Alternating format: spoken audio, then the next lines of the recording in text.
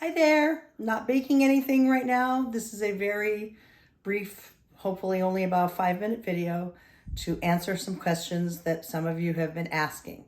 One of the questions I get is, where do you keep your recipes, Ellen? Look, it's just an ugly old binder. I should get a prettier binder, but anyway, it's just an ugly old binder. I put the recipes in either my notes app on my iPad or iPhone, or I type them into my word processing software and I just print them out. That's it.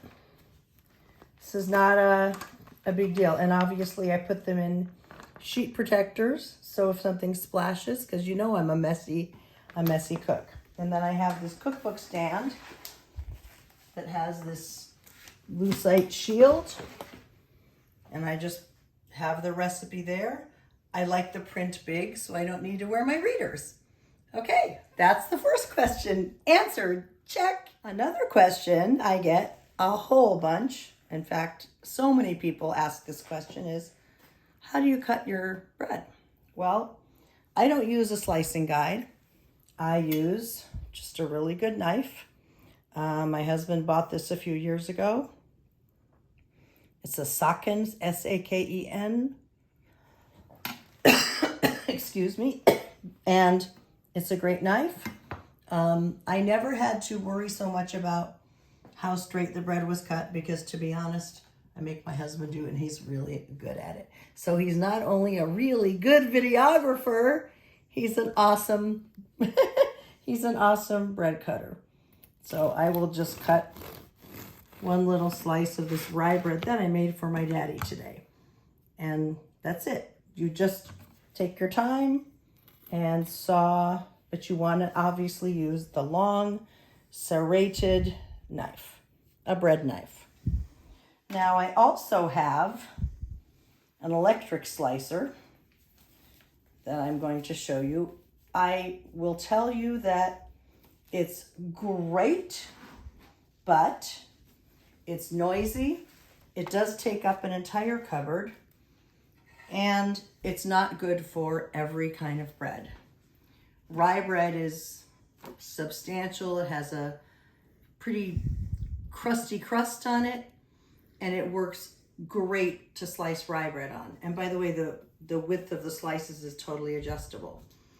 But I don't really, it doesn't work as well slicing soft breads, and I don't ever want to put raisin bread in here because then it gets everything goopy and sticky, and so it's good for some things, it's not good for everything.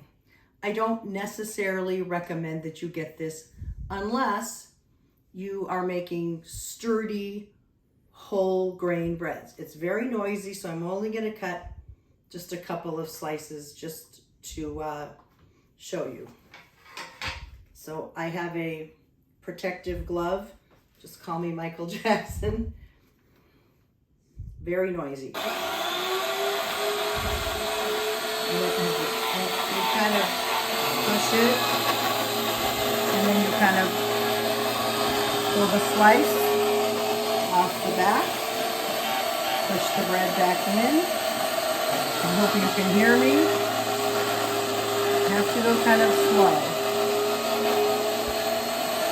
I'm going to do one more slice.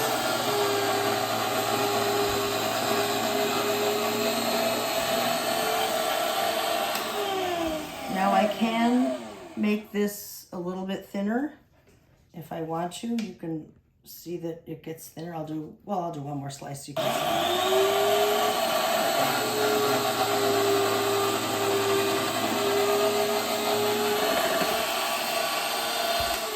So if you're looking to slice sturdy whole grain bread or partially whole grain bread, by the way, there's the difference in the width of slices. It's pretty good. If you go too thin, however, you rip your bread. So I do slice the bread like that sometimes. And the last thing I want to show you, everybody asks about, how do you store your bread? So after I slice the whole bread, I put it in one of these, they're called thick bread bags for homemade bread. I just get them on Amazon. They are literally called, I'm going to say it again, thick bread bags for homemade bread. I can put the link in this YouTube, but they have different brands. I've used several. I go through them maybe 2 packages a year. So you just, there's those gusset things, and put the bread in, and then I have cute little labels I designed. And I like to write the ingredients of bread on my labels just in case somebody has a food allergy. Now, I don't normally make a nice label for my daddy because he eats my rye bread all the time and there's not a problem, but I wanted to show you my labels. These are actually freezer labels, and they actually really, really hold up in the freezer forever, or close to forever. So I just take the sticker off, and it's a sturdy sticker. It's not thin. It's a really good sticker, and I just stick it on the bag, and I put the bread in carefully so it doesn't fall all over the place. And I even bought twist ties, or as we call them in my family, twistums, to match my labels because I do gift a lot of bread. So then I just do that. I don't do ribbons or anything else, but this looks really pretty, especially, you know, with the matching twist die and my cute little labels. I hope that answers. Oh, I forgot the most important part. This is the big deal. Once I put the cooled bread in the bag, and you need to let your bread cool for about 2 hours before you slice it, it goes into the freezer the day of baking. I don't like how the bread tastes even the next day. Some breads that have some egg in them, like maybe challah, are pretty good the next day, but I basically cool for 2 hours, slice, freeze.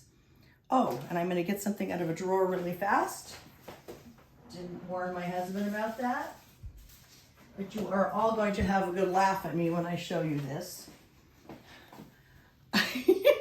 I recently bought these. If for some reason I'm dropping off a loaf of bread as a gift, because I don't sell anything, but if I'm not going to be able to see the person I'm gifting it to, like if I'm taking it to someone's office or something like that, or I'm handing it to someone else, I want to make sure that they know that this needs to be frozen as that day. And I always give it to them day of baking. So I will take a marker, put in big bold letters, freeze today. Homemade bread has no preservatives.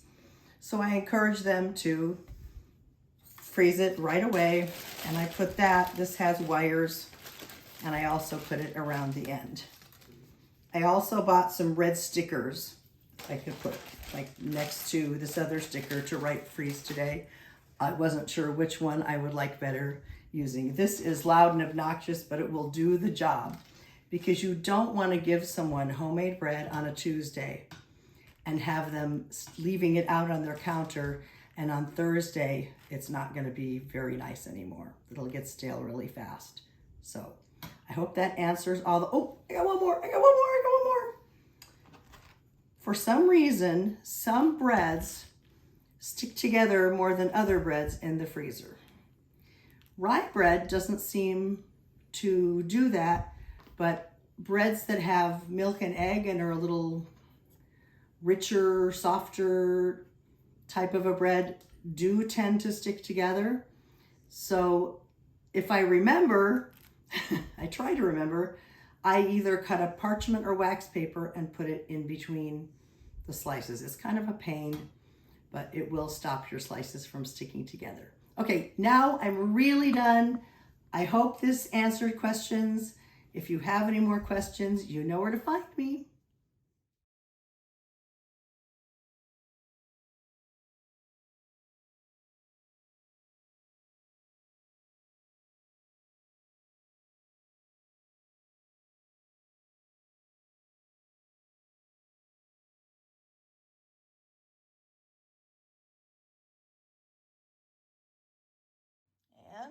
this would be the very end. The bread is really nicely and neatly sliced. I did the rest of it in the electric slicer. And here's my cute label. And that's it.